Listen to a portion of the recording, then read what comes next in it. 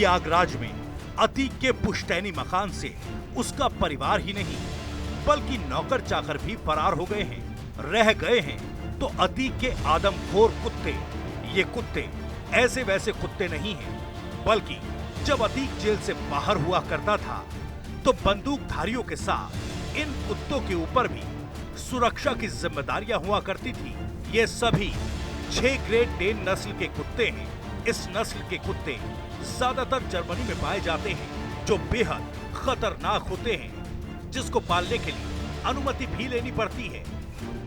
अतीक अहमद के आदमखोर कुत्तों की कहानी वाकई में ये सच है।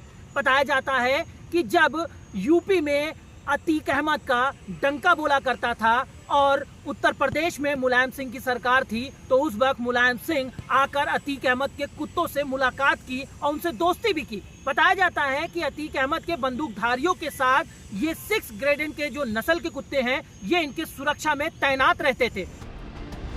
अहमदाबाद के साबरमती जेल में बंद यूपी का माफिया अतीक अहमद कुत्ते पालने का शौक रखता है, वो भी बड़े नस्ल के कुत्ते का।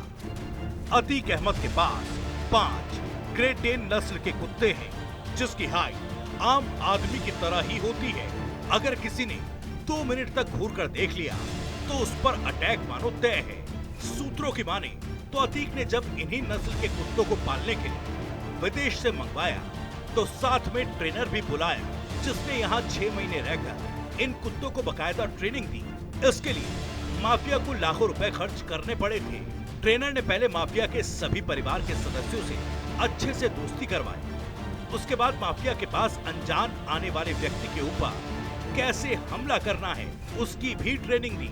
जब ये कुत्ते 1.5 साल के हो गए, फिर से ट्रेनिंग देने के लिए विदेश से ट्रेनर को बुलाया गया। उसके बाद ट्रेनर ने जो ट्रेनिंग दी वो चौंकाने वाली थी।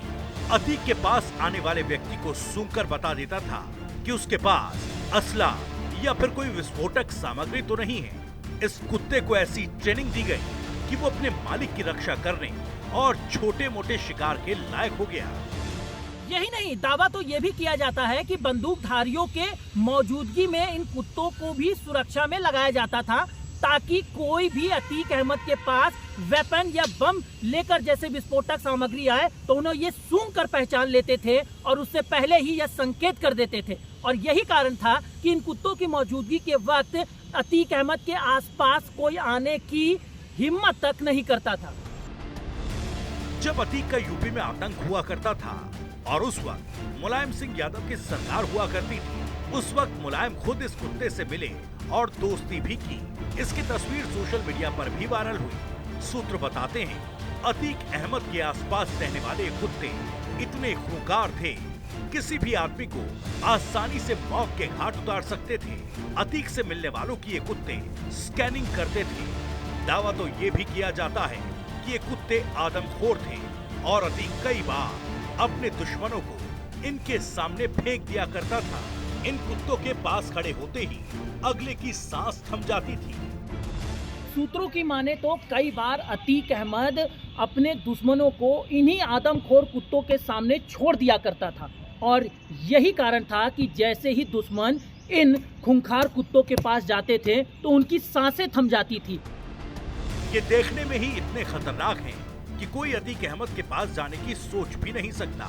इनकी जिन लोगों से मित्रता थी बस उन्हीं को पहचानता था। फिलहाल अभी अतीक के पास पालतू कुत्तों में से केवल 3 कुत्ते ही बच गए हैं। 2 की भूख और प्यास से बीते कुछ दिन पहले मौत हो चुकी है।